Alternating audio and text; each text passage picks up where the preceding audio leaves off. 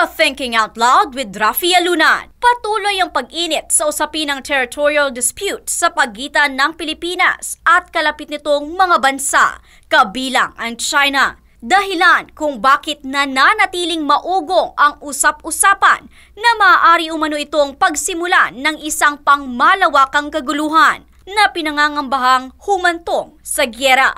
Gayunpaman, higit sa anumang bali-balita at kwentong ating naririnig patungkol sa isyung ito, lubos ba nating naintindihan ang pinanggalingan at katotohanan sa likod nito?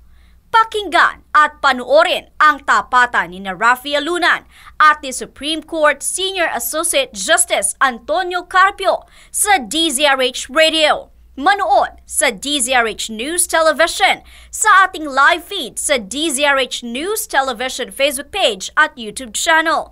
Gayon din sa ating website sa dzrhnews.com.ph. Lahat ng ito hihimayin at sasagutin ngayong araw sa Thinking Out Loud with Rafi Alunan. Magandang araw sa iyo, Senior Justice, Associate Justice of the Supreme Court, Tony Carpio. Thank you very much for joining us today. Good morning also. Thank you for having me here. Justice Tony, marami tayong pag-uusapan tungkol sa ating EEZ or Exclusive Economic Zone. Dahil sa marami pang mga Pilipino na hindi nakakaintindi kung ano yung West Philippine Sea, ano yung South China Sea, ano yung EEZ, ano yung sovereign rights, ano yung exclusive rights sa ating EEZ, etc. etc. So, ang trato natin sa itong programming ito is EEZ 101. Okay. We will treat this as a basic course on EEZ dahil sa marami pang hindi nakakaintindi. So let's start. Pag sinabi nating exclusive economic zone, anong ibig sabihin noon? Exclusive economic zone, ang ibig sabihin niyan is the coastal state has the exclusive right to exploit the economic resources in that zone. Lahat na oil, gas, fish, other mineral resources belong to the coastal state. That's why it's called exclusive economic zone. Yung exclusive economic zone that is measured from the coastline, no? All the zones, lahat na zones sa UNCLOS are measured from the coastline. So, we have first the Territorial Sea. Coastline and baseline are one and the same? More or less, if it's, no. From the low water mark yan eh. Okay. The baseline is the low water mark of the coast. Of the coast, so, okay. Low tide. So, the first maritime zone is Territorial Sea. So, you measure that, sa baseline is the coastline, the low water mark, 12 nautical miles yan. That's about 22.2 kilometers. Okay. We have sovereignty over that area. Meaning, parang teritoryo natin yan, land territory. We have complete ownership over that. The only difference between land territory and territory in the sea is the right of innocent passage. Yung mga merchant ships at saka warships ng foreign countries, pwede sila dumaan pero innocent passage, kailangan straight line, continuous and expeditious. Hindi sila pwede paikot-ikot yan. Basta dadaan lang sila diretso. Hindi na kailangan humingi ng permiso? Hindi na kailangan humingi ng permiso because it's innocent passage so that they can cross to the other side. Presumed innocent passage. Presumed. But they cannot conduct surveillance. Okay. Hindi sila pwede magpapalipad ng mga drones. They cannot turn on their weapons, radars. Kailangan shutdown lahat yan. Kasi ang purpose yan is just to cross. So, that is, 22.2 kilometers yung Territorial Sea. So, It's called Territorial Sea because it's like land territory. Kaya lang nasa tubig. Okay. From the edge of the Territorial Sea, sa dulo ng Territorial Sea, you measure 188 nautical miles. That is the exclusive economic zone. Yeah. So from the coastline, which 200, includes the 12 that plus is total, 188, yeah. that's 200. Yeah, the total is 200. Yeah. Kaya lang yung 200 divided into 2. 12 nautical mile Territorial Sea and 188 exclusive economic zone. Yeah. Doon naman sa exclusive economic zone, we only have sovereign rights, hindi sovereignty. Sovereignty, pinakamataas. Sovereign rights, one of the rights of sovereignty lang. Okay. One of the rights of sovereignty is to exploit the oil, gas, fish, other mineral resources exclusively. So doon sa 188 nautical miles, exclusive economic zone, tayo lang pwedeng mangisda, tayo lang pwedeng kumuha ng gas, oil, mineral resources. Beyond the 200 nautical mile EEZ, kung may area pa, we have another 150 nautical miles. Yan naman tinatawag extended continental shelf, Benham Rice. 150 nautical miles Ito yan. yung seabed. Oh, but yung tubig, yung all the fish sa water column, hindi sa atin yan. That belongs to mankind. Anyone can fish. Ang atin lang yung seabed. Sa baba. The oil, gas, and mineral resources. So, 3 zones na ngayon yan. Territory, highest form. Atin yan. The only difference is may innocent passage. Sa EEZ, 188 nautical miles, Exclusive sa atin lahat. economic rights tayo. Lahat na economic rights sa atin. Dito sa extended continental shelf, katulad ng Benham Rice, we have economic rights sa seabed lang. Okay. Yun ang... And anyone can fish. Anyone can fish there. Okay. All right. Now, yung tinatawag na West Philippine Sea, many are confused. Marami yung nagsasabi, when you talk of the South China Sea, don't refer to it as South China Sea. Dapat West Philippine Sea. Others are saying, mali ka. Yung South China Sea is not the West Philippine Sea. So, could you please explain to them? Okay. Yung South China Sea, that's the entire, yung buong South China Sea, malaki yan. The entire body of water. Yung West Philippine Sea refers to our Territorial Sea, our EEZ, and extended continental shelf.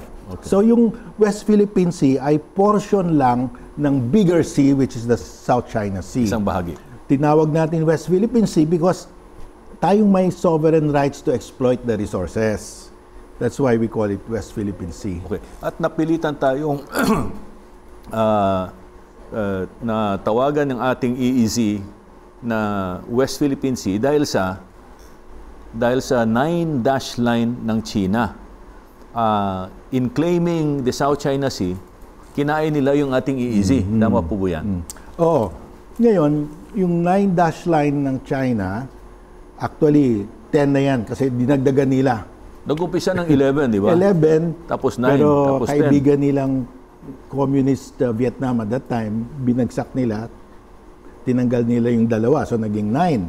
Tapos, last 2013, nagdagdag sila ng isa sa Taiwan. Sa Taiwan, the east coast of Taiwan. Ngayon, yung 9-dash line na yan, it hugs the coastline of countries.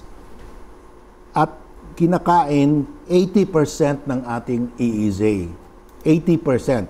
Gaano kalaki yung 80% na kinakain ng 9-dash line? It's equivalent to our total land area. Our total land area is 300,000 square kilometers. Ipagdikit mo lahat ng mga lupa natin, islands, that's 300,000 square kilometers. Yung kinakain ng China, a little over that. Okay. So, at saka yung sinasabi nila that they have indisputable sovereignty over the area that they are claiming within the 9 or 10-dash line ngayon. Pero binaliwala ng arbitral tribunal po yan, ano? Ang sabi, wala yatang historical right or any legitimate right ang China to claim that. What else did the arbitral tribunal tell China? Well, first, the tribunal, ang pinaka pinaka-importante na ruling ng tribunal, sabi ng tribunal, yung 9-dash line na yan, walang legal effect whatsoever. Hindi pwedeng base yan para to claim any portion of the South China Sea, whether Territorial Sea, EEZ, or Extended Economic Shelf. It cannot claim any water in the South China Sea. Yun ang pinaka-importante. So, yung nag-rule ang tribunal na walang legal effect yung 9-dash line, automatically, may nagkaroon ng high seas in the middle of the South China Sea. Nagkaroon ng EEZ ang Pilipinas, Malaysia, Brunei, Indonesia, Vietnam, and also China. Yung high seas, that's about 25% of the South China Sea. Ngayon, so that's the effect of the striking down of the 9-dash line. The second important ruling of the tribunal, sabi ng tribunal, yung Ituaba na pinakamalaking isla sa Spratlys. Ito po yung occupied ng Taiwan?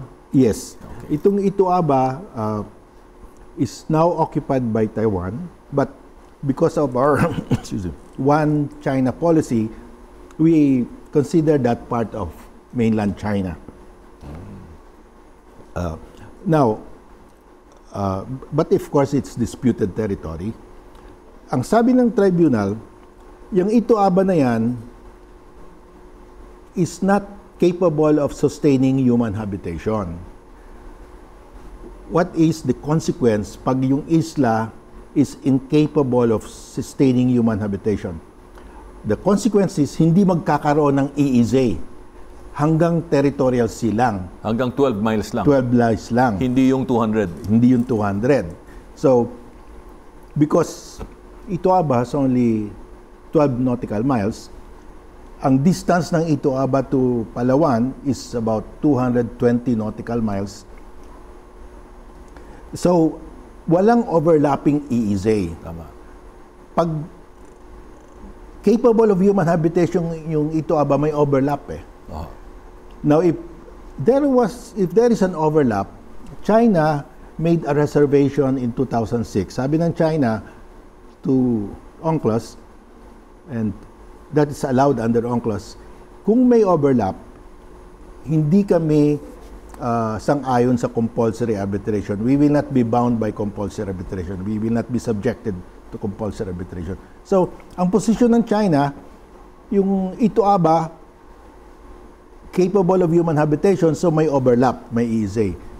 So, we had to prove that hindi capable. Para walang overlap. Walang overlap, may jurisdiction ngayon ang tribunal. Kasi kung may overlap, walang jurisdiction ang tribunal. Kasi lilipat yan sa ICJ? Wala na. Walang international body that can rule. So,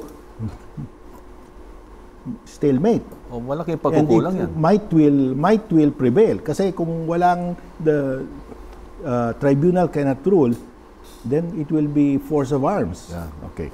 So, ang sabi ng tribunal, Ituaba is not capable of human habitation because historically wala namang nakatira doon eh. And because Ituaba, ang ginawa ng Taiwan para magkaroon ng tubig sa Ituaba, nagtayo ng desalination plant, dalawa. Pero artificial yon. Artificial yon. Ang topsoil ng Ituaba napaka-nipis. Nag-import sila ng garden soil. So meron na ngayong vegetable garden. Ang sabi ng tribunal, it must be the natural condition. The island in its natural condition must be able to sustain human habitation, a community of people. So sabi ng tribunal, hindi capable yung Ituaba. So that's what happened. Dapat genuine news, hindi fake news. So, 12 nautical mile lang. Because Ituaba is the biggest, of course, it follows na yung mga mas maliit na isla, wala ring human habitation, hindi capable rin. So, ang sabi ng tribunal, Palawan is the only island there that has an EEZ, wala namang opposing island. So, may 200 nautical mile.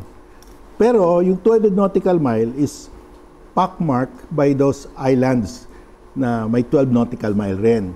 Because the UNCLOS tribunal cannot rule on ownership, sovereignty of who has sovereignty or ownership of the islands.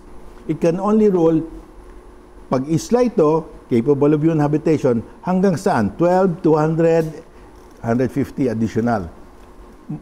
They will rule on maritime issues lang. Hindi sa land ownership. Or sovereignty. Or sovereignty. Okay. So, sabi ng tribunal, ito ba, 12 nautical mile lang. Ang Philippines, 200, hindi naman nagbabanggaan, we have full 200. Sa makatuwid, yung ito ba is outside our EEZ. It's outside. Okay. Yung ating Pag-asa, yung Pag-asa Island is also outside. It's also outside. All right. And then there are 7 forward operating bases that Yes. China has converted, no? One of them is Mischief. Mischief Reef, inside. Inside sa atin yon. All the others are outside. Mischief Reef and Johnson South Reef inside. Yung dalawa lang. Dalawa. Johnson. I think Johnson South Reef, Makinan Reef din. Pero yung 3 are inside and 7 are outside. Okay, so there are 7 outside, and the 7 are all forward operating bases? Yes. Na-convert lahat into military fortifications? Yes. China, they possess 7, they occupy 7 reefs. Outside our EEZ? 3 inside and 4 outside. Okay. 7. Lahat yon tinayuan ng artificial island. Okay. And lahat yon tinayuan ng military facilities. Okay. 7 yon. Of the 7, 3 are air and naval bases. Okay. Yung Fiery Cross Reef, outside our EEZ pero within our extended colonial shelf. Dati yon, maliit lang yun eh. Isang 1 meter above water at high tide lang. At high tide, it's a rock above water at high tide, mga 1 meter. Pero ngayon, entitled to 12 miles. 12 miles. Okay. Ngayon, it's now 270 hectares. How big is that? That's more than twice as big as Diego Garcia Island. The U.S. naval base in the Indian Ocean is only 100 hectares. Yeah. So, yung 270 hectare na island ngayon ng China, so Fiery Cross Reef, from a small rock, naging 270 hectares, they have a 3-kilometer runway, military grade, that can take in any military aircraft of China. Fighter jets, bombers, and even the Boeing 747 can land there. At meron din niyang maliit na wharf. So it's an air base with a small wharf. Naval. Okay. Yung Subi Reef naman, ito yung pinakamalapit sa Pag-asa? yes, it's only about 13, 14 nautical miles from Pag-asa. So may overlap sa Territorial Sea? I-consider mo island yon, island ito, may overlap. May overlap. But the tribunal ruled, ni-raise natin yan sa tribunal. Sabi natin sa tribunal, yung Fiery Cross Reef is a low tide elevation. Pag high tide, totally underwater yan. Naniwala yung tribunal, low tide elevation. Okay. So if it's low tide, the issue there was, is that part of the Territorial Sea of Pag-asa? Mm-hmm. Sabi natin, nga, that is more than 12 nautical miles. Pero may rule ang UNCLOS. Yung 12 nautical miles from your shoreline is the general rule. May exception. Pag may low tide elevation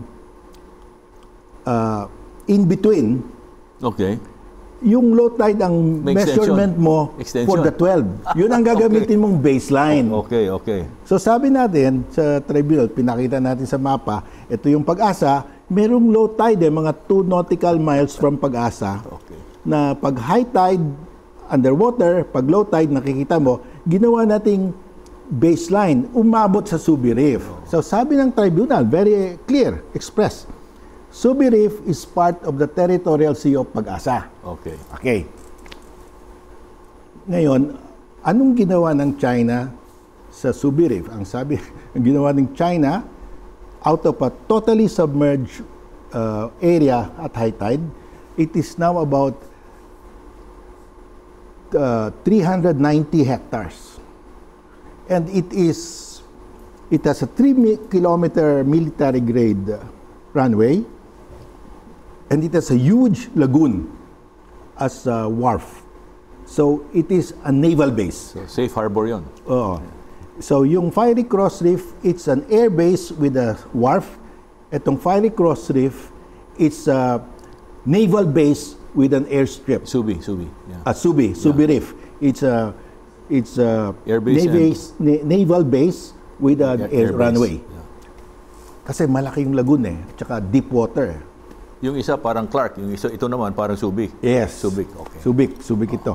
Ngayon, itong Subi Reef, if you are in Pag-asa, paggabi, makita mo yung lights, parang syudad. It's a big city. If you have seen the pictures in Inquirer ng Subi Reef, ang daming multi-story buildings, hangars. It's like a big city.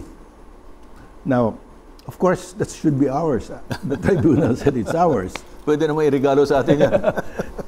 Now, the other air and naval base of China is now Mischief Reef.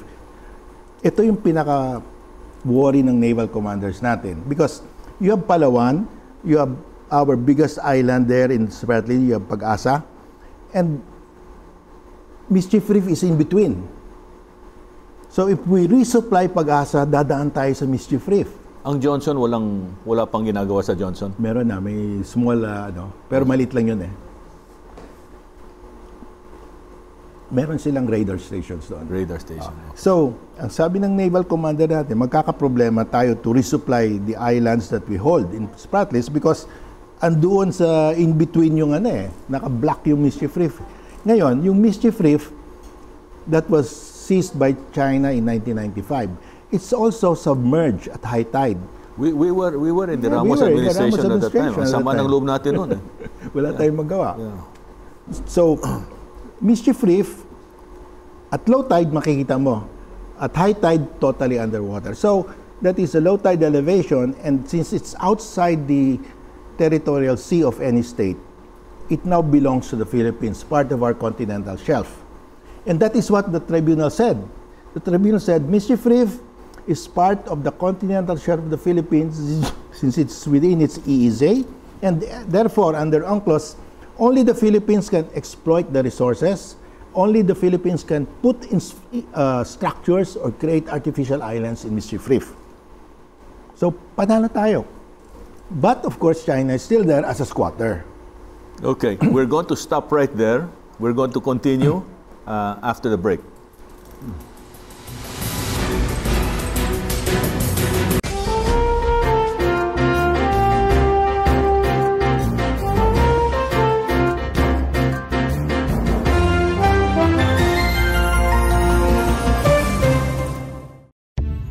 Reklamong totoong pinakikinggan. Reklamong talagang pinag-uusapan.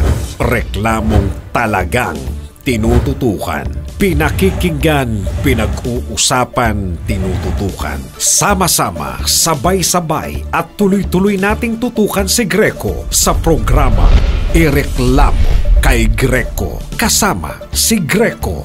Greco Belgica. Linggo, alas 2 ng hapon. Sabayang matututukan sa DZRH News Television, DZRH Radio, DZRH News Television Facebook at YouTube live channel at dzrhnews.com. Ireklamo kay Greco.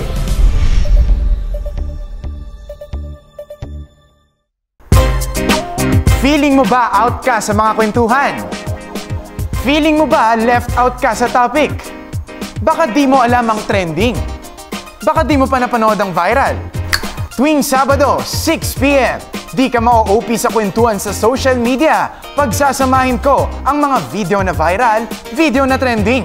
Kasama niyo ako, Victor de Guzman. Ulit, Sabado, magkita-kita tayo, 6 p.m. Live sa TV, DZRH News Television at live sa social media, Facebook at YouTube sa DZRH News Television. TNVS Trending and Viral Show. Sabado, 6 p.m. sa DZRH News Television.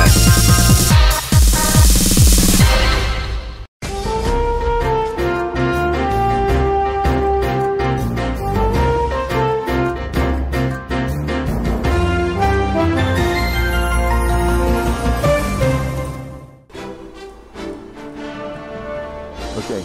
This is Still Thinking Out Loud with Rafi Alunan at kasama pa rin natin si Supreme Court Justice Tony Carpio.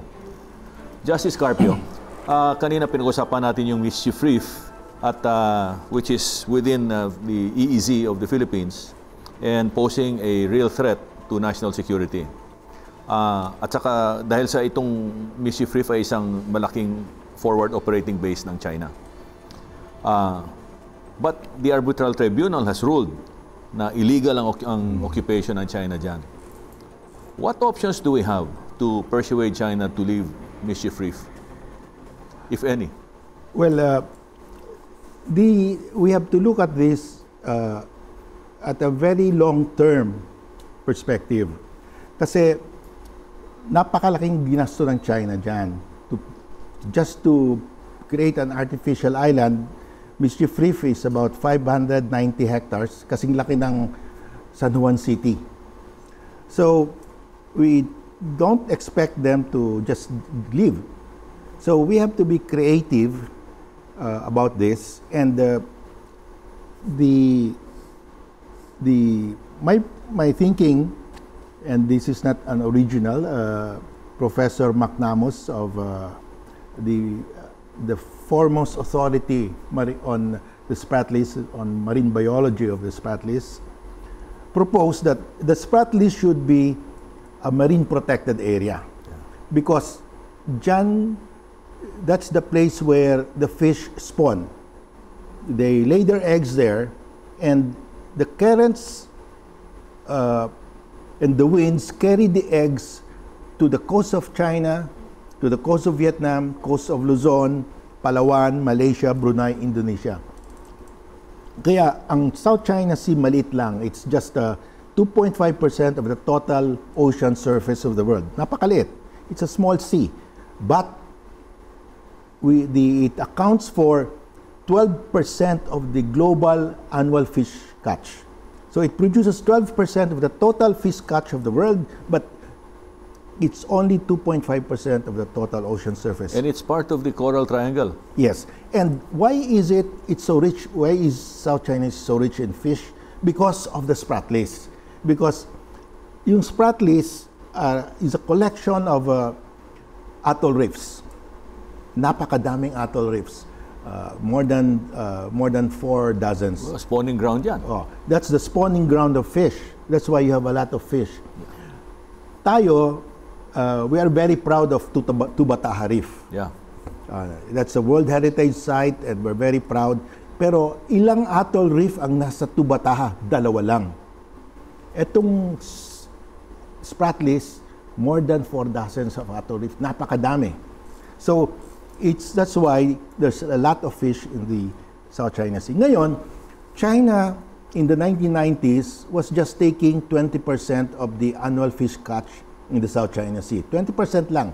Ngayon, today, China is already taking 50% of the annual fish catch. So, they're the biggest consumer of fish in the South China Sea because they have to feed 1.4 billion people. Yeah. So, if the Spratlys is destroyed, they will lose that fish supply. So, it is... I think what you're driving at, Justice Tony, is that they're employing fishing methods that destroy the coral reefs. No? Yeah. Ang nangyari, because China created artificial islands, 7, but in the process of, therefore, those 7 atoll reefs have been destroyed. Totally destroyed. Kasi ang coral niyan, they pulverize the coral para maging sand. Yes. Para magkaroon ng filling material. Pero for kulang the pa rin. They also dredge 10 other atoll reefs para they will have enough filling material. So, China dredged actually 17 reefs. 17. In effect, China destroyed 17 Yeah. atoll reefs in the Spratlys, and that's huge. We only have 2, and we're very proud of it. And one atoll reef will take millions of years to form. It cannot be replaced anymore. Now, if we do not take care of the Spratlys as a marine protected area, we will not have fish in the South China Sea. And the number one country that will suffer the most is China. It's China, yes. Therefore, it is to the advantage of China that the Spratlys be declared a marine protected area. So that they will continue to have fish. Lalo na ngayon, yung mayaman yung Chinese people, and as you get rich, you like to eat more fish. That's the trend. That's why the consumption of China of fish is growing very fast. Now, if all the countries now, the claimant states, China, the Philippines, Vietnam, Malaysia, Indonesia, Brunei, will declare the Spratlys as a marine protected area, suspend their territorial claims for 100 years, and then lahat ng mga military installation will be converted into marine research centers or ecotourism places. Only Coast Guard vessels will be allowed, walang Navy. Then we can preserve the Spratlys as a marine protected area. Number one beneficiary, China. And then wala nang, everybody happy. Tayo naman, because we will declare, like say Pag-asa, and let's say 3 nautical mile around Pag-asa as a marine protected area. All the islands there will be declared a marine protected area and 3 nautical miles around. That's enough. That will not reach Reed Bank, malayo ang Reed Bank eh. So we can still get the gas in Reed Bank, hindi naman. Justice Tony, what if China says, wala kami problema dyan. Talagang gagawin namin yan. Gagamitin namin itong mga islands na reclaim namin. For that purpose, kasama na yan dyan. But we have indisputable sovereignty. Kami ang mamamahala dyan, hindi kayo. Well, what we will do, that's why, what we will do, we will have to talk to Vietnam, Malaysia, Indonesia, Brunei, and also to the world. That ito na yung ruling, sinabi ng tribunal, and the tribunal is authorized under UNCLOS. China is a ratified UNCLOS. The tribunal said those facilities like Mischief Reef, illegal yon.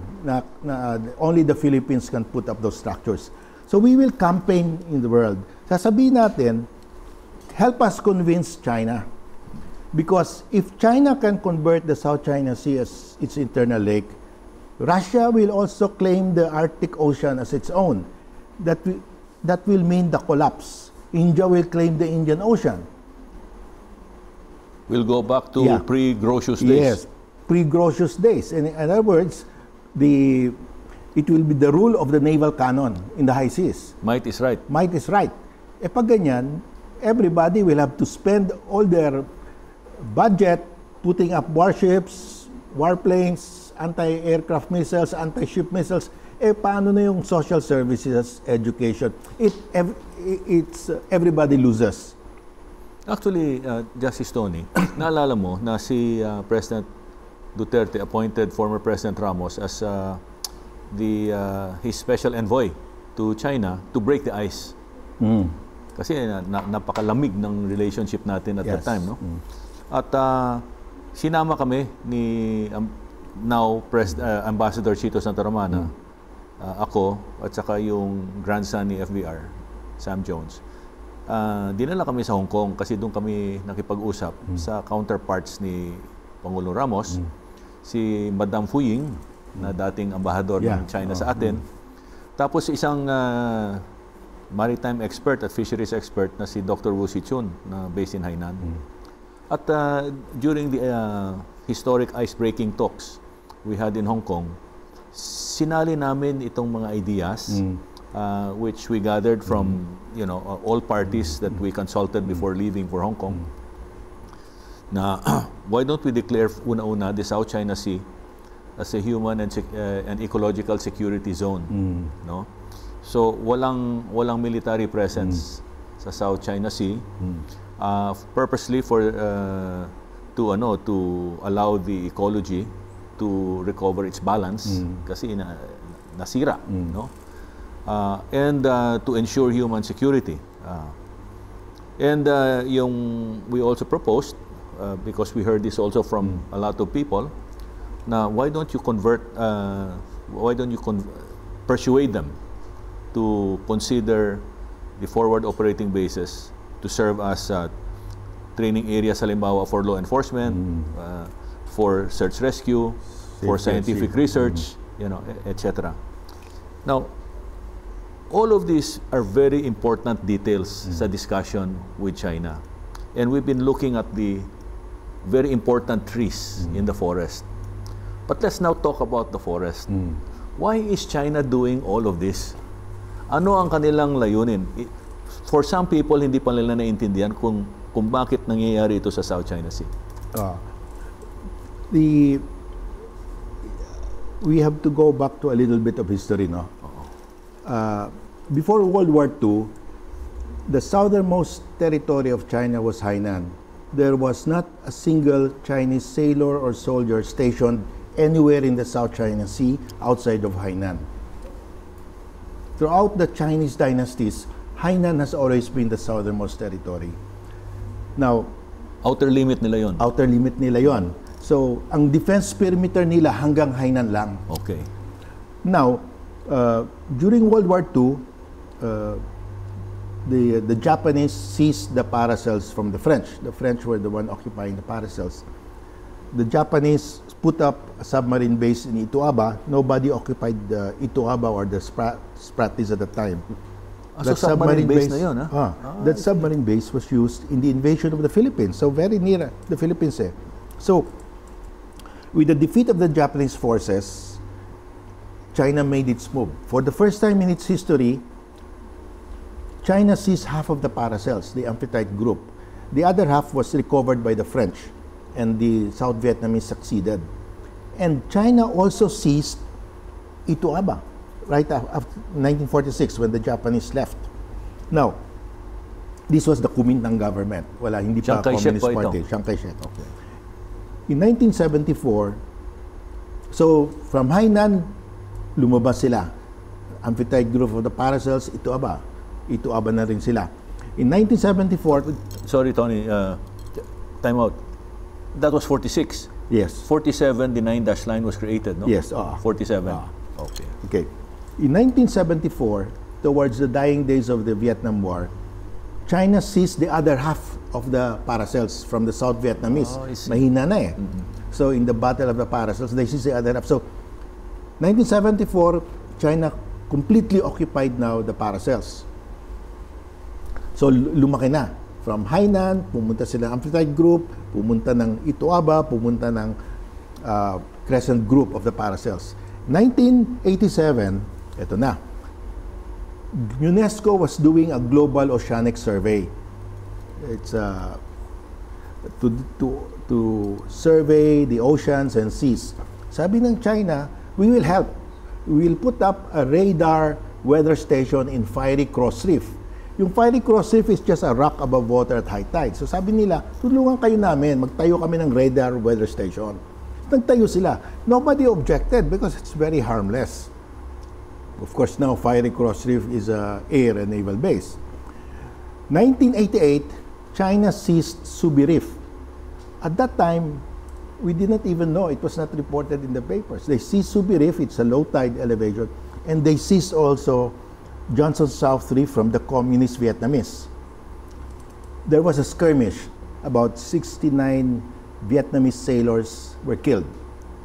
That's the Battle of South Johnson Reef, 1988. So dumadami ng holdings nila sa South China Sea. 1995, China seized Mischief Reef from the Philippines. Yung South Johnson Reef, that's within our EEZ? Yeah, that's within our EEZ. Pero ang Vietnamese ang nakaupo doon eh. So doon namatayan yung mga Vietnamese within our EEZ? Yeah. Pinatay ng mga Chinese? There was a battle. Okay.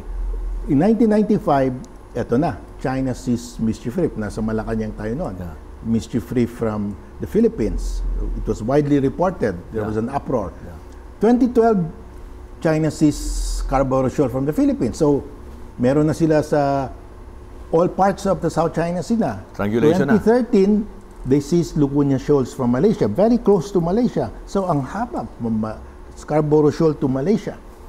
So, 2014, 2015, 2016, China started to build those air and naval bases, military structures on the 7 reefs.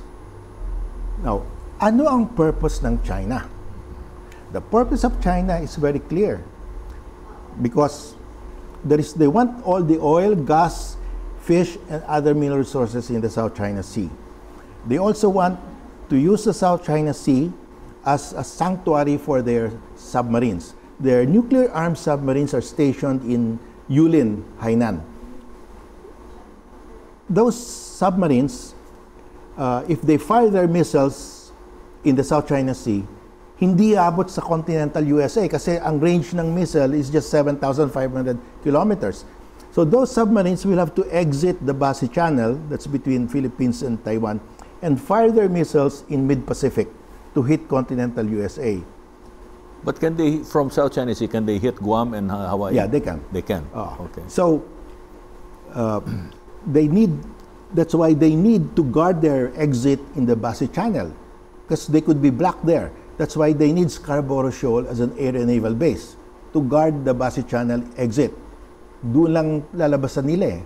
That's why I'm saying they seized Scarborough Shoal because of that.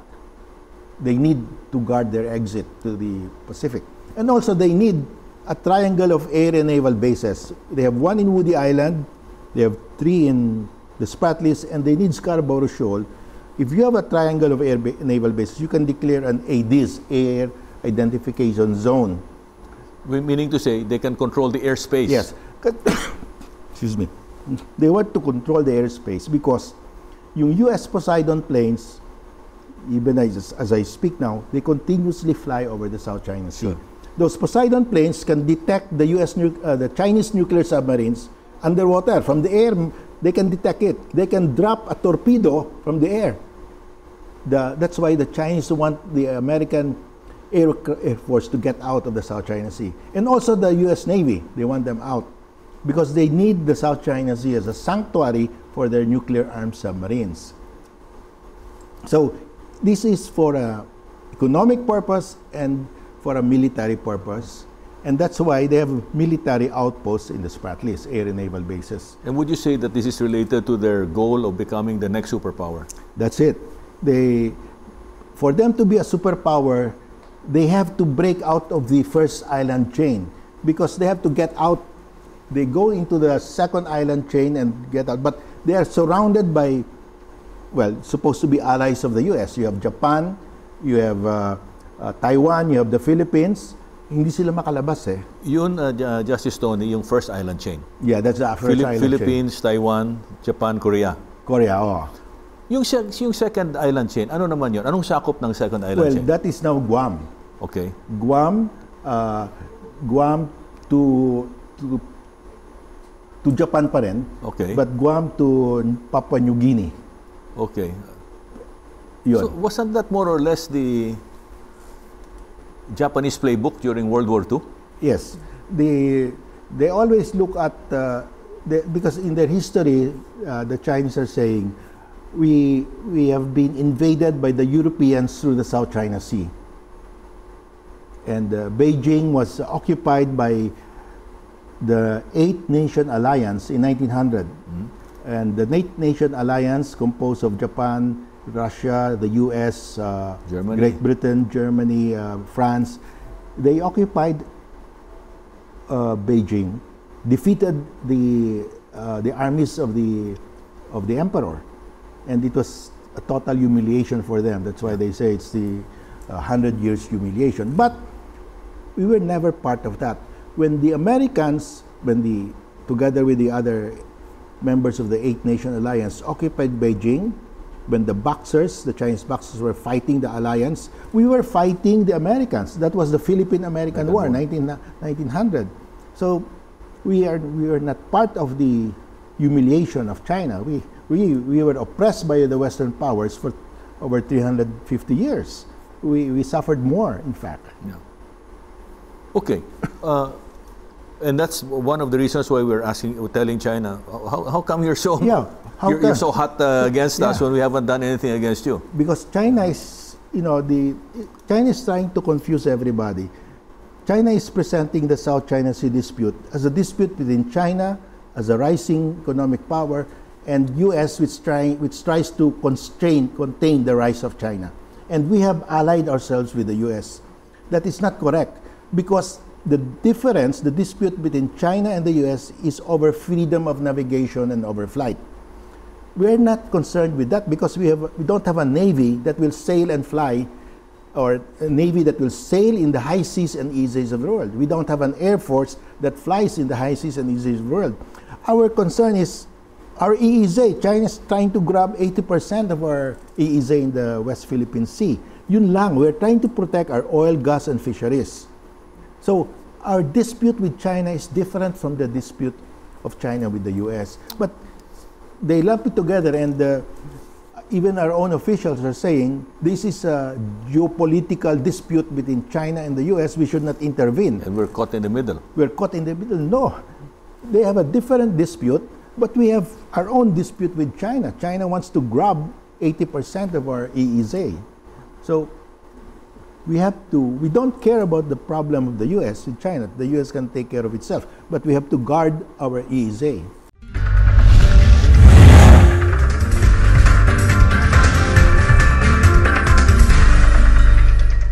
Sa susunod na linggo sa Thinking Out Loud with Rafi Alunan. No country can claim Benham rice anymore because it's been awarded to us. But China said we are not participating, pero ito yung position paper namin.